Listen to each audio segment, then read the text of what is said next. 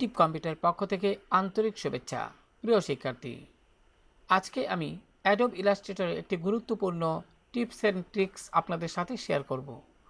লক্ষ্য করুন প্রিয় শিক্ষার্থী, আমি এখানে একটি শেপ তৈরি করে রেখেছি।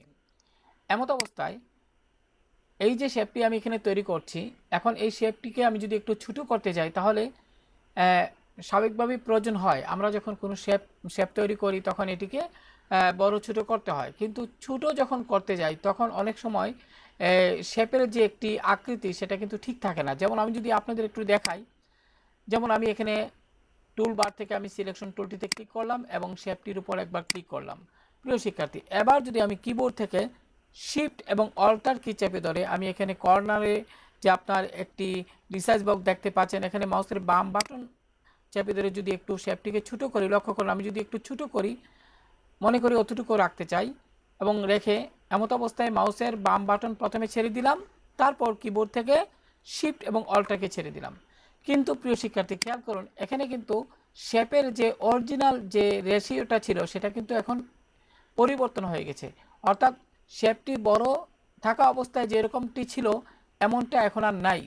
তো এক্ষেত্রে এরকম যদি সমস্যা সৃষ্টি হয় তাহলে আপনারা কিভাবে সেটি আপনার এটি সমাধান করবেন সেই প্রক্রিয়াটি এখন দেখি। তো প্রিয় শিক্ষার্থী, এর জন্য প্রথমে আপনি যে কাজটি করবেন, আপনি এখান থেকে এডিট মেনুতে যান। এডিট মেনু থেকে পারফরমেন্সের অধীনে জেনারেল এখানে ক্লিক করুন। তারপর যে উইন্ডোটি আসবে, প্রিয় শিক্ষার্থী খেয়াল করুন, এই উইন্ডোটি আসার পর এখান থেকে স্কেল কর্নার এর চেকবক্সটি সিলেক্ট করে দিন। তারপর স্কেল স্ট্রোক অ্যান্ড ইফেক্ট এর চেকবক্সটি সিলেক্ট করে দিন। প্রিয় শিক্ষার্থী, এবার ওকে বাটনে ক্লিক করুন। এখন আমি যদি নতুন করে আমি যদি আরেকটি শেপ তৈরি করি, যেমন আমি এখানে টুলবার থেকে আমি পলিগন এই শেপটির উপর ক্লিক করলাম। এবার যদি আমি একটি অর্থাৎ এখান থেকে আমি যদি একটি শেপ তৈরি করি, কিবোর্ড থেকে শিফট বাটনটি প্রথমে আপনি চেপে ধরে রাখবেন এবং আমি একটি শেপ তৈরি করলাম, মনে করি অতটুকু রাখতে চাই। প্রথমে যে কাজটি করবেন, মাউসের বাম বাটন ছেড়ে দিবেন, তারপর শিফট কি ছেড়ে দিবেন কিবোর্ডের। এবার প্রিয় শিক্ষার্থী সিলেকশন টুলটিতে ক্লিক করলাম এবং আমি একটু মধ্যখানে সেট করলাম। এবার যে কাজটি করব সেটা হলো টুলবার থেকে ডাইরেক্ট সিলেকশন টুলটিতে ক্লিক করে আমি একটু কর্নারগুলো একটু আপনার ব্যান্ড করে দেই, একটু রাউন্ড এখানে করে দিলাম। এবার প্রিয় শিক্ষার্থী, এমত অবস্থায় আমি যদি চাই এই শেপটিকে আরেকটু ছোটো করতে, যেমন আমি সিলেকশন টুলটিতে ক্লিক করলাম।